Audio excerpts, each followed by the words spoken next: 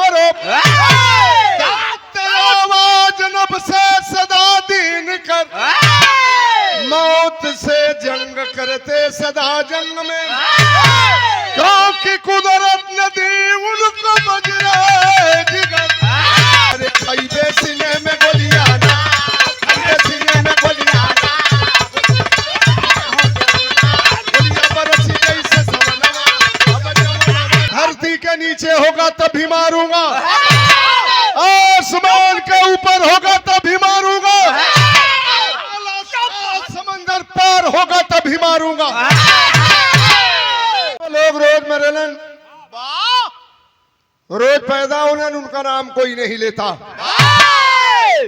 दुनिया उसकी गुणगान करती है जो फर्ज के लिए मरता है किसी की भलाई के लिए मरता है देश के लिए मरता है उसी का नाम इतिहास के पन्नों में दर्ज होता है आइए भूमिका में भाव है मास्टर बा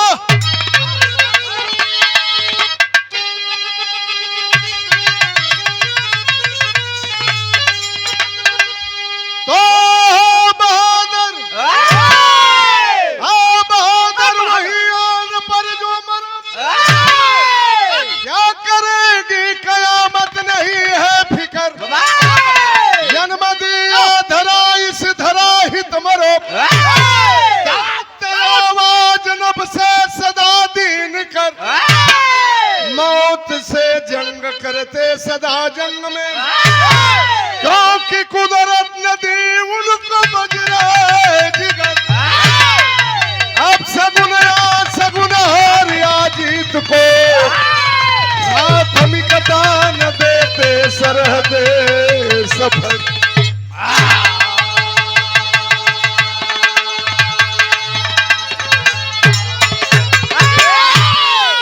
बहादुरों के लिए भाव कभी ने लिखा है गजल कौन है मास्टर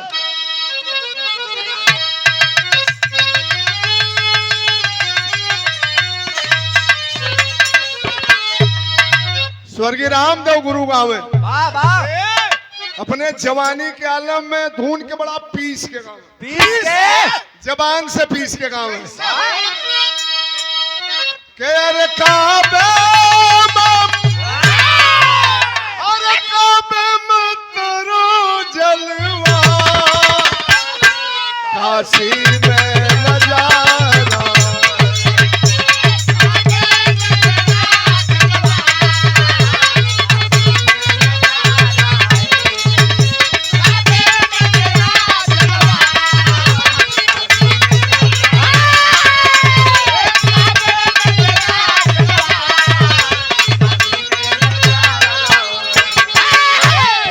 विद्वान लोग बैठे हैं वीरों के लिए भाव कवि ने लिखा है कि सरहद का कसौटी पर जो वीर उतरता है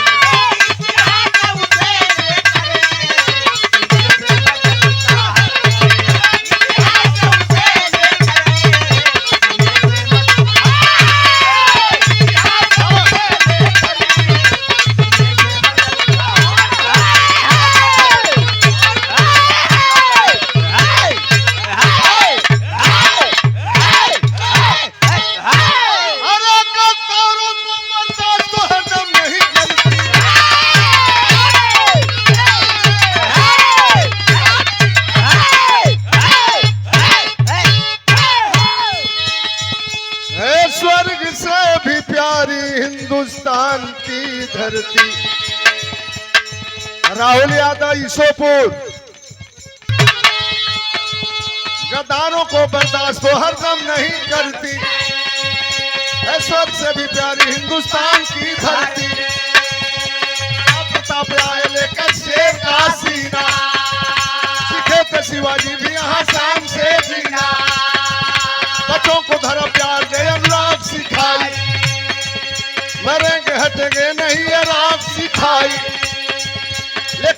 न जा रहा था लाड कनेरी, दिया है हुक्म सैनिकों ने राह ली घेरी।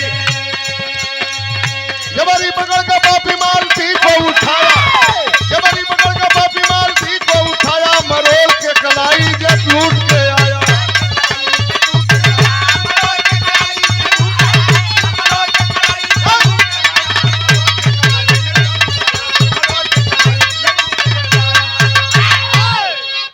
एक अंग्रेज अधिकारी इलाहाबाद नैनी जेल के बगल में छावनी थी, इलाहाबाद से चला आया बनारस की धरती पर, बलिदानी धरती गाजीपुर होते हुए पहुंचा बागी बलिया की धरती पर। कचहरी के सामने 5 बच्चों को पेड़ से झुलाकर फांसी दे दिया, 7 लोगों को सड़क पर खड़ा करा करके गोलियों से भून दिया और पेपर में निकलवा दिया कि बलिया की क्रांति खामोश और बलिया के क्रांतिकारी जवान सिलेंडर बोल दे। पेपर में पढ़ा इस खबर को, हमारे बलिया का क्रांतिकारी जवान मंगल पांडव कोतवाली में आग लगा दिया, अंग्रेजी डीएम के दफ्तर में घुसकर गोलियों से मारकर बलिया से कलकत्ता के लिए फरार हो गया। मचा लफड़ा तफरी, समय बीता धीरे धीरे। सन 1939 ईस्वी जनवरी का महीना, पूरे देश में औरतें पिड़िया का त्योहार मना रही थी। हमारे बलिया जिला मुख्यालय से 12 किलोमीटर की दूरी पर जो छपरा के लिए रोड जाती है, दूबे छपरा गांव से 15-20 को मेहरारू झुंड बनाई के और पिड़िया के गीत गावत पहुंचले वही गंगा के किनारे। वह लॉर्ड कैनेरी गवर्नर नदी के किनारे घोड़े पर सवार होकर के निरीक्षण कर रहा था। उन औरतों में एक मालती नाम की दुल्हन के ऊपर नजर पड़ी है अंग्रेज की।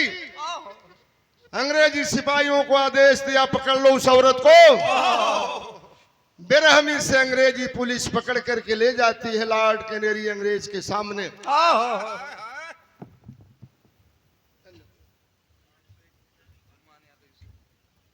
हे भैया, अंग्रेजी पुलिस पकड़ के ले गई ना। साड़ी खोलने लगा हुआ गवर्नर, रोवे लगल, मालती नहीं ऐसा मत करो, मेरे पेट में 4 महीने का बच्चा है, नहीं मुझे छोड़ दो। नहीं माना वह अंग्रेज उस मालती नाम की दुल्हन की आबरू को लूट लिया। उन्हीं औरतों में से चंपा नाम की लड़की दौड़ते हुए जाती है। मालती के पति का नाम था शामदेव पहलवान, अखाड़े पर पहलवानों को लड़ा रहा था। काला सारे भैया यहाँ अखाड़े पर पहलवानी करो। भाभी की आबरू को लॉर्ड कैनेरी अंग्रेज लूट लिया है। अरे शामदेव यादव करता अखाड़े पर पहलवानी, शामदेव यादव करता अखाड़े पर पहलवानी। उसी भेष में चला तुरंत बीबी की सुना कहानी। अखाड़े पर जितना पहलवान आनंद जय बजरंगबली का नारा लगाते हुए दौड़ पड़े गंगा के किनारे। एक लाइन बड़ी खूबसूरत, गीतें भी खूबसूरत होती है, गीतियों होला। कवन गीत बा मास्टर?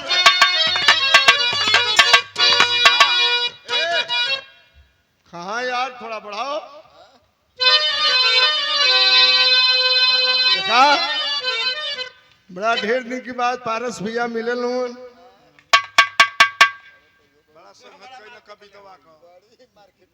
नहीं तोरी चलिनिया से बिरहा रहल और बड़ा ढेर दिन के बाद आज मिलल बा, तनी नहू से रंग मसाला होत रहे। तरज कवन बा?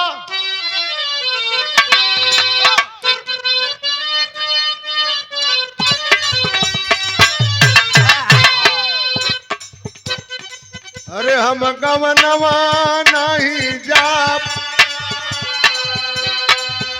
हम गवनवा नहीं जाप, अरे नई नई प्रीत लगल यही रानावा, अरे नई नई प्रीत लगल यही रानावा, हम गवनवा नहीं।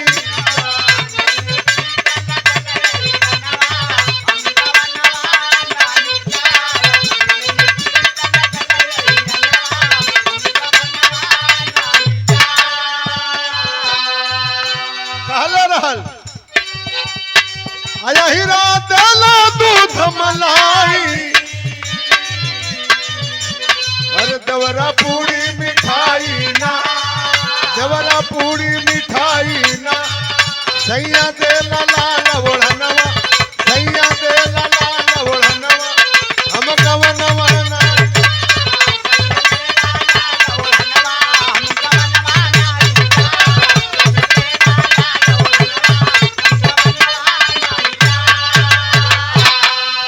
और ये पुनः 200 रुपए का पुरस्कार उसको मंजिल मिलती है, हिम्मते मर्द मद्दते खुदा, जो स्वयं अपनी सहायता करने के लिए सक्षम होता है उसकी भगवान भी मदद करते हैं। तो चल दिया जवान, अरे अब जवानवा चल लेना, अब जवानवा चल लेना, तूफानवा कर दुश्मन से हो तूफानवा, जवानवा चल लेना।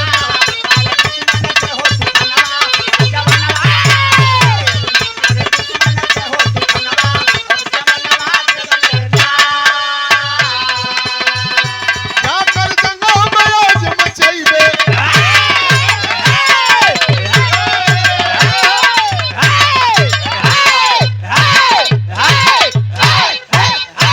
जाकर जंगों में आज मचैबे, अरे खैबे सीने में गोलियाना, खैबे सीने में गोलियाना, गोलियां बरसी जैसे सवनवा, अब जवानवा चल लेना।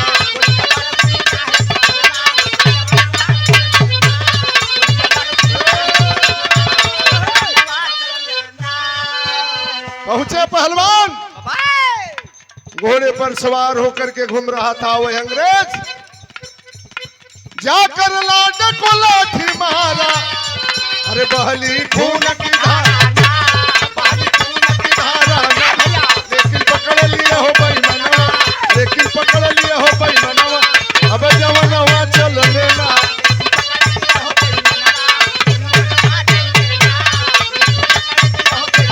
अरे विनोद, शामदेव पहलवान लाठी खींच करके मारा है, लॉर्ड कैनेरी अंग्रेज का सर फट गया, घोड़े से नीचे गिर गया। अंग्रेजी पुलिस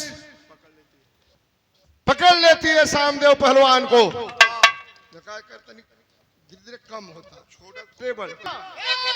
अंग्रेजों ने कहा नहीं जानते उसकी सजा तुम्हें क्या मिलेगी। हरामजादे, कौन सी सजा दोगे?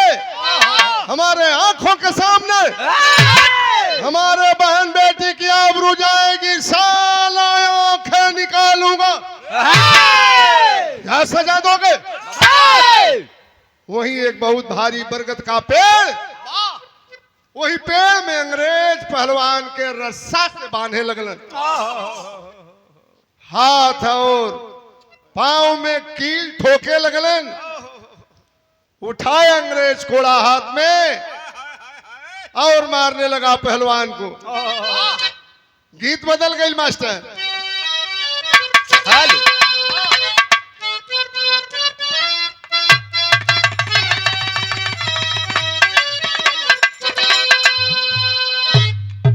मल्लाह के औरत जब गंगा जी के भीख मांग लिए गीत के गावेली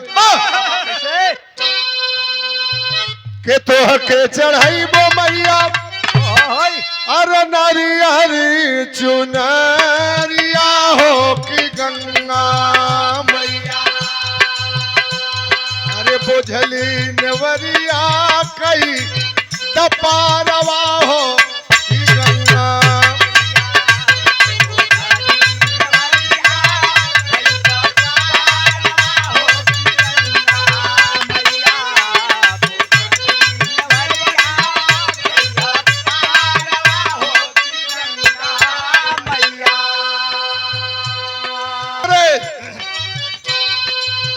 अरे बंधी गईल दुल्हा अब अरे प्रेम के रसरिया हो या नरिया मारन लागे कोरावा के मरिया हो अनरिया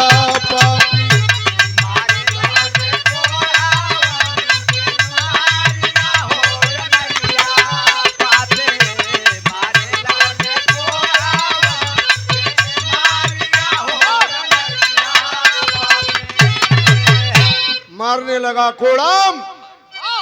फिर भी शामदेव पहलवान हंस रहा है। अंग्रेज आदेश दिया पहलवान के सीने में गोली मार करके बोटी बोटी काट दो। अगल बगल गांव के लोग बुल्लापुर नवरतनपुर दुबहन अगल बगल के लोग गंगा के किनारे मौजूद हैं। किसी की हिम्मत नहीं जो अंग्रेजों के खिलाफ बगावत कर दे। पहलवान के सीने में अंग्रेज गोली का निशाना करने जा रहे हैं। वाह!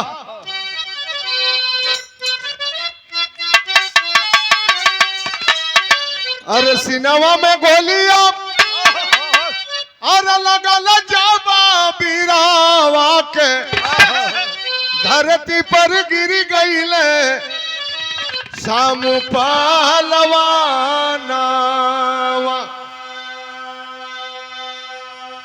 इनकलाब जिंदाबाद अरे बंदे मातरम बोला अतन में छूट गई ले आलर रे पारा।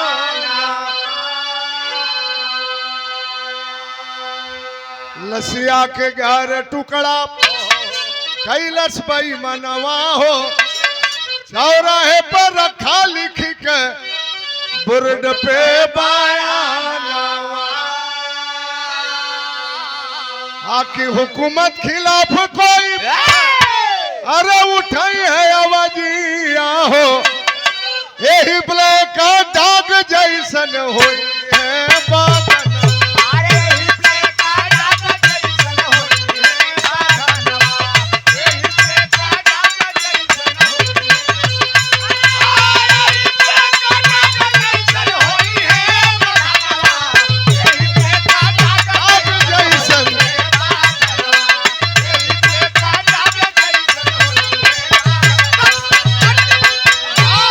सीने में गोली चलवा दिया। मरने के बाद 11 टुकड़ों में बोटी बोटी काट के वही बरगद की पेड़ में वो मांस के लोथड़ा के रस्सी से बंधवा के टंगवा दियलस। जगह जगह चटी चौराहे पे बोर्ड पे नियम लिखवा करके टंगवा दिया। दहशत फैलाया। कोई अंग्रेजों के खिलाफ कदम बढ़ाएगा उसका भी यही हश्र होगा। मालती का पति शामदेव पहलवान मारा गया। मालती का पति रोवत घरे पहुंचल अपने आंखी की सामने देख ले रहल अंग्रेजों करे पति के मार के 11 टुकड़ा में बोटी बोटी कटले रहल। धीरे धीरे 9 महीना बीतल। मालती के पेट से बड़ा सुंदर बेटा पैदा हुआ। अजिया बेटा धरती पे जन्म लिया। वो माई के आंख से खुशी के आंसू निकल गई। हमरे सैया के अंग्रेज मार दियलन। ही बेटवा का पहलवान बना के मरद बेटा दोनों के मुराद पूरा कर। बेटा का नाम रखल सिकंदर। पहले के जमाने में लोग ऐसा ही नाम रखे। गुरहू कतवारू चथारू सोमारू मंगरू चिल्लर घूरा गोबर पोतन ऐसा ही नाम रखा है।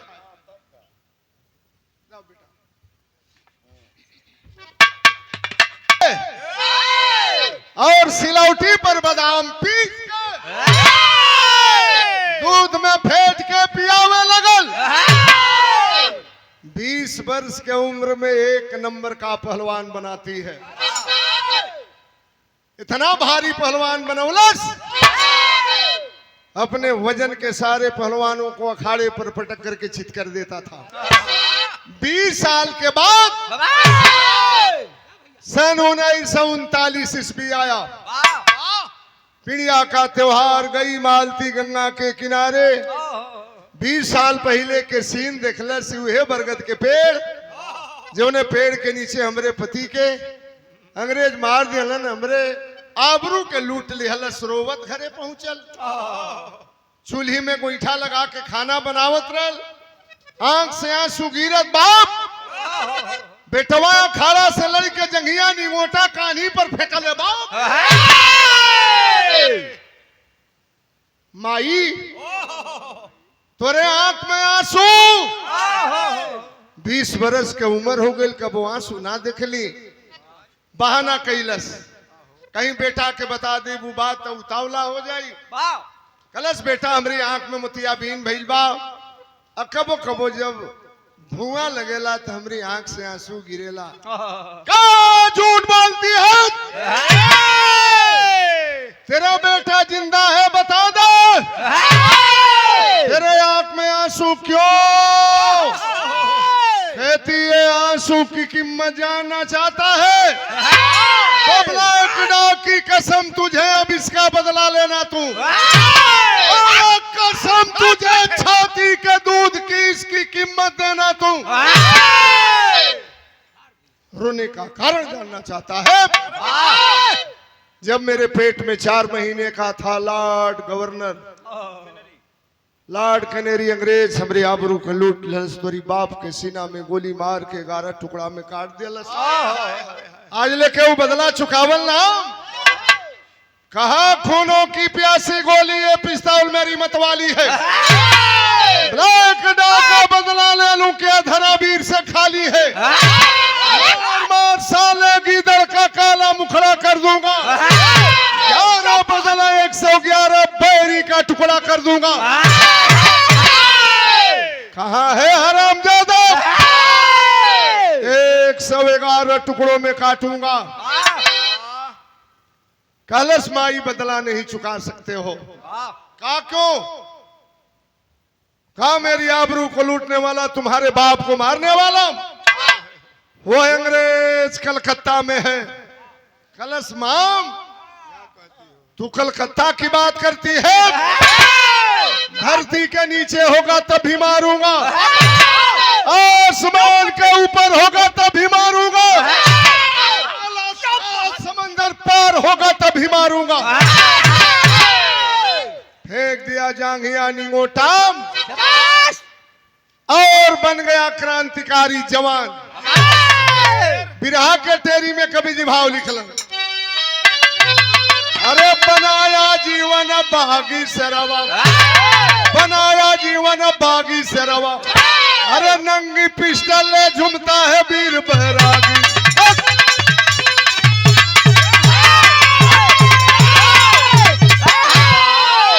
माई अपनी बेटवा के आशीर्वाद देत बे। यहाँ तरज तो उबा देखा, तरज बड़ी पुरान बा। पुरान जब तरज हो जाला तो में लचक हो जाला। जैसे इसे उखी के सिरका बा, जितने पुरान हो जाई 1 चम्मच पी लो दवाई के काम में आ जाई। पेट गलत बा पीलस पेट साफ हो जाई। देखा पहले की जमाना के गाना, पहले की जमाना के खाना, पहले के जमाने का जनाना मौके पर काम दे ली। बारे पंडित जी सही बात बतौला। पहले के जमाना में जब पुरनका, वो जमाने में सबकी गाँव घरे पुरनकी आजी काकी रह सत अदब रहल, वहे मलिकाना चलावे। अब तो जहिया बूढ़ पुरान आदमी मर जात बा, 4 भाई बा, घर में 4 वो चूल्ह बना जाता, 4 वो गैस खरीदा जाता। बुढ़िया रहस एकता रहे। तो पहले की जमाना के मेहरारून के चर्चा कैले पंडित जी। पहले की जमाना के खाना, सावा कोदो का भात, मड़ुआ के लिट्टी, टांगुन चेन का भूजा। अब एक घड़ी का लड़का टांगुन चेन के ना जनिया हमनी के देखले है जा। बिना खाद के अनाज खाए आदमी पेट में कोनो रोग ना। अब ते घरी नाना प्रकार के रोग धैले बा। आदमी कहता है कि दारू पियला से बहुत रोग धरता। अरे वे तो कटले बागस के आदमी बतियावता है कि फलाना के 12 बरिस के लड़का रहलो कर दोनों किडनी खराब हो गई। वो कवन दारू पिया था कि किडनी खराब हो जाता। ये सब खाद का दोष है। पहले की जमाना के खाना चल गई, पहले की जमाना के गाना फूल तुम्हें भेजा है खत में, फूल नहीं मेरा दिल है, मेरा जीवन कोरा कागज कोरा ही रह गया। ये सब गाने चले गए। पहले के जमाना में गाजीपुर के सिमूरत गवैया हमरे बलिया के पंडित परशुराम यादव जो आज इस दुनिया में नहीं रहे, बेचन भाई हमरे गुरु काशीनाथ मिल्सी साहब, ये लोगन के जमाना रहे। और समय धुन के गाँव में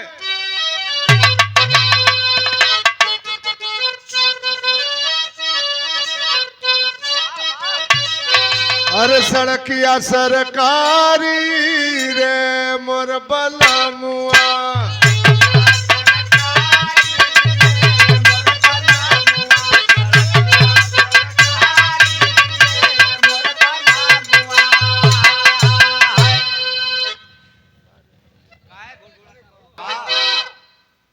बिरहा में सबके मनलन, लेकिन जितना पंडित परशुराम जी के मनलन और उतना केहू गवैया के देश में नाम मनलन। मरले के बाद इनके आंख से आंसू गिरत नसीरपुर मठ में उनका लाश सामने रहला, रोवत रहनी।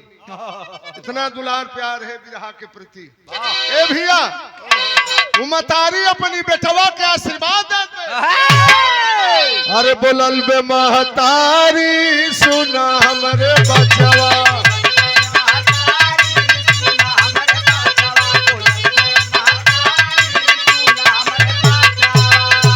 अरे चीर के अंगूठवा से खुनवा निकाली, टीका दिहल बाली नारी सुना हमरे बचवा।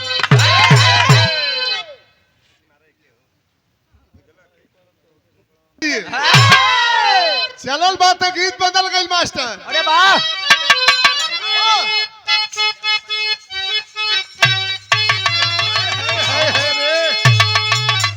अरे झूलनिया का गुजवा अब टूटल रोज, जवनिया में गड़िया छूटल राजा।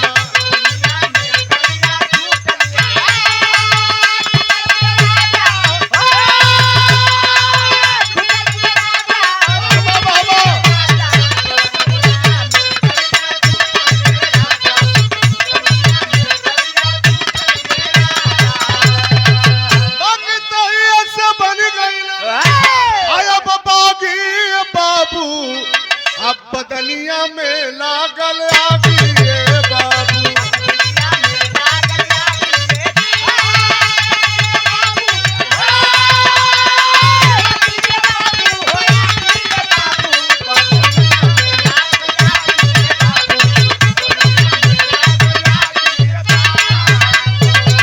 बक्सर से पहुंचा बड़ा स्टेशनवा, अरे घूम घूम पतवा लगावे जवना।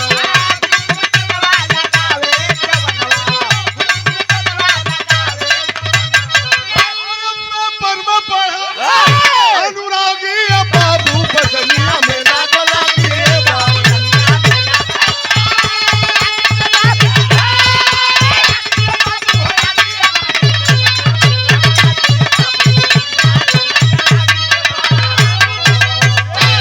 पुनः 500 रुपया हमारे बड़ा रेलवे स्टेशन बाबा भाई उतरा, पुल को पार किया, कलकत्ता शहर में पहुंचा। पागलों की बात खोज रहा है कहाँ अंग्रेज मिलेगा। 1 महीना बीत गया, पता नहीं चला। सोचने लगा वह सिकंदर यादव लग रहा है अब हमें मंजिल नहीं मिलेगी। सुबह की बेला में चाय की दुकान पे बैठ करके चाय पी रहा था। एक अंग्रेजी का पेपर था। सुबह सुबह की बेला में अंग्रेजी के पेपर के मेन पृष्ठ पर अंग्रेजी में लिखा था कि the air conditioned compartment was reserved only for Lord Canary. He will go from Howrah to Bombay by train and then he will go from Bombay to London by aeroplane. लिखा था Lord कनेरी अंग्रेज का कलकत्ता से transfer हो गया है फला तारीख को फला दिन को फला नंबर गाड़ी के फला नंबर कोच में बैठकर बंबई तक ट्रेन से जाएगा, वहां से जहाज से लंदन चला जाएगा। खौल गया खून, एक दिया चाय की गिलास को, दौड़ते हुए जाता है हावड़ा रेलवे स्टेशन। पूरी जानकारी को हासिल किया। कै तारीख को गाड़ी जाएगी, क्या उसका नंबर है, किस डिब्बे में बैठ करके वह जाएगा, पूरी जानकारी को हासिल किया। गाड़ी छूटने के 1-1.5 घंटा पहले जेन के इन प्रकार उसी कोच के लाइट रूम में जाकर के छिप गया, भीतर से सिटकनी बंद किया। लॉर्ड कनेरी गवर्नर निर्धारित समय पर बर्थ पर बैठा और हावड़ा से बनारस के तरफ पटरी पर रेंगते हुए जब गाड़ी आगे बढ़ती है, भाव कवि ने लिखा है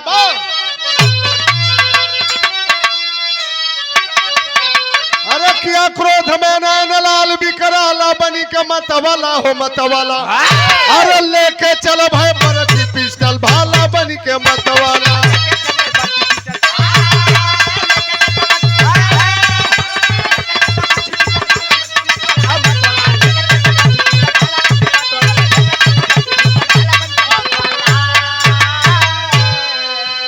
मुगल सराय रेलवे स्टेशन पर गाड़ी रुकल, कुछ यात्री उतरलन कुछ चढ़लन।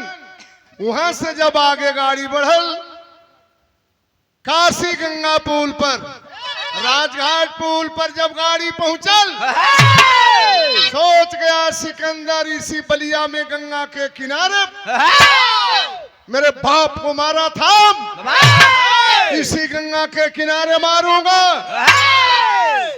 निकला काशी गंगा पुल पर गाड़ी जब आई हो, अरे ठाए ठाए गोली से रदिया चलाई हो।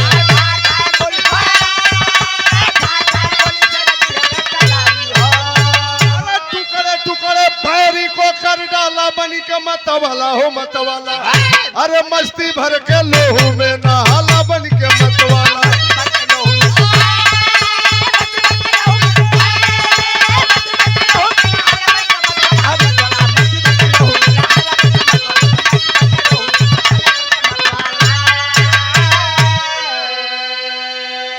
बाहर आया है, अपने बर्थ पर सोया था अंग्रेज, पिस्टल निकाल करके सीने में लगाता है। इनकलाब इनकलाब, भारत माता की, भारत माता की नारा लगा के ठाक ठाक मरलस अंग्रेज के सीना में गोली, गर्दन को काट लिया, बाकी शरीर को बोटी बोटी काट करके डब्बे को खून से रंग दिया। इलाहाबाद रेलवे स्टेशन पर गाड़ी रुकल, एक वो हाथ में लॉर्ड कैनेरी अंग्रेज का मूड़ी, एक हाथ में नंगी तलवार और बगल में पिस्टल लटका करके इलाहाबाद रेलवे स्टेशन पर उतरा। समय नहीं लगा, इलाहाबाद रेलवे स्टेशन छावनी में तब्दील हो गया। चारों तरफ से पुलिस जाकर के पकड़ लेती है सिकंदर पहलवान को। हमारे अधिकारी को मारा है, कहां का रहने वाला है तू? कहा मैंने अपनी मंजिल पा लिया, पता मत पूछो। नहीं जानते उसकी सजा तुम्हें क्या मिलेगी? कहा बाखूबी जानता हूं, जो सजा दे दो, हमें हमारी मंजिल मिल गई। चुका लिया अपने माँ बाप का बदला इस हरामजादे सब। गवर्नर के मारे वाले के छोटी मोटी सजा न मिला, जेल की सलाखों में बंद हुआ, मुकदमा चलल। मुकदमा के तहत उसे फांसी की सजा सुनाई गई। कहाँ फांसी होगी? कहाँ हो? इलाहाबाद नैनी जेल में दिन तय हो गया। फांसी पर चढ़ने से पहले अंग्रेजों ने पूछा, शाबाश बलिया टिक बहादुर, अब तो तेरा आखिरी वक्त है, किसी से बात करना चाहते हो, कुछ खाना चाहते हो, अपनी इच्छा बता सकते हो, कहा मेरी इच्छा पूरी कर दोगे? अंग्रेजों ने कहा जिंदगी मत मांगो। कहा नहीं चाहिए हमें जिंदगी, तुमने फांसी की सजा दिया है, फांसी की सजा होनी चाहिए। दिल की तमन्ना जानना चाहते हो? हमारी फांसी जेल के अंदर नहीं, हमारी फांसी जेल के बाहर होनी चाहिए, ताकि हिंदुस्तान की जनता फांसी पर चढ़ते वक्त अपनी नजरें से तो देख ले।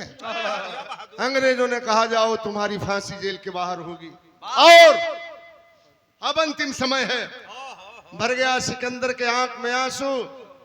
कहा मेरी आखिरी इच्छा पूरी करना चाहते हो अंग्रेज?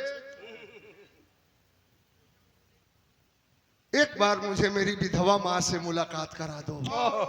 आए है आई ये बलिया में खबर मालती देवी बूढ़ी हो चुकी थी। सुनिए उसका बेटा फांसी पर चढ़ने जा रहा है। बलिया से पहुंचल बनारस, केसरिया रंग में साफा रंगवाई के पहुंचल इलाहाबाद, जहां सिकंदर यादव के फांसी का इंतजार हो रहा था। भीड़ के चीर ढह ढिमलात पहुंचल।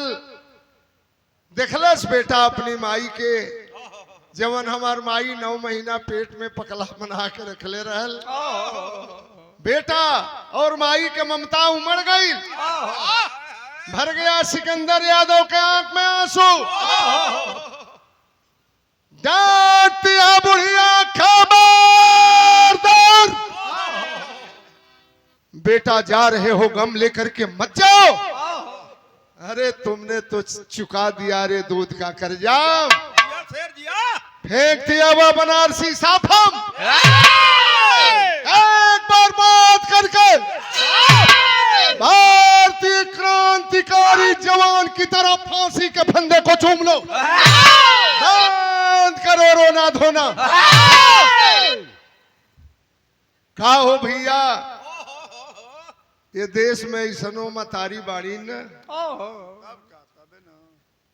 जौन माई 9 महीना पेट में पकला बना कर रखले रहल, बेटे को ललका रही है। देश के लिए चढ़ जाओ फांसी के फंदे पे। कैसे? तनी बढ़ ला मास्टर, तनी और बढ़ा, तनी और चला।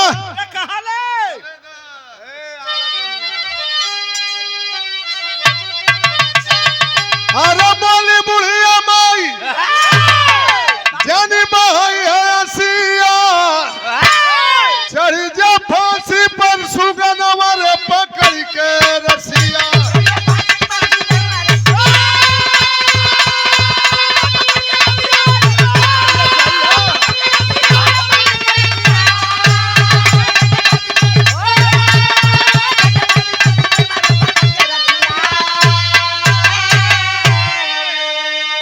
जुग जुग जमाना तोहर करी गुणगान हो, असली बेटा का पूरा कैला रमान।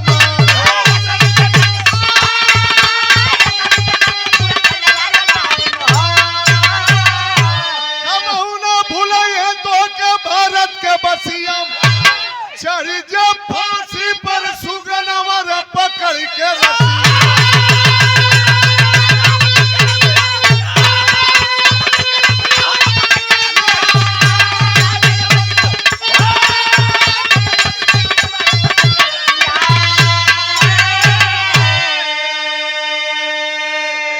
हमेशा के लिए दुनिया, मुल्क, वतन, विश्व, संसार को छोड़ करके भारत माँ की गोद में सो गया।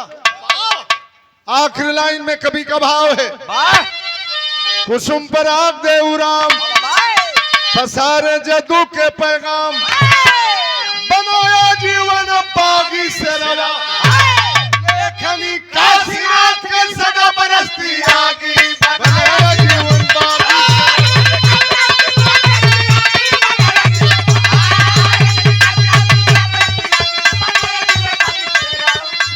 और ये पुनः 500 रुपए का पुरस्कार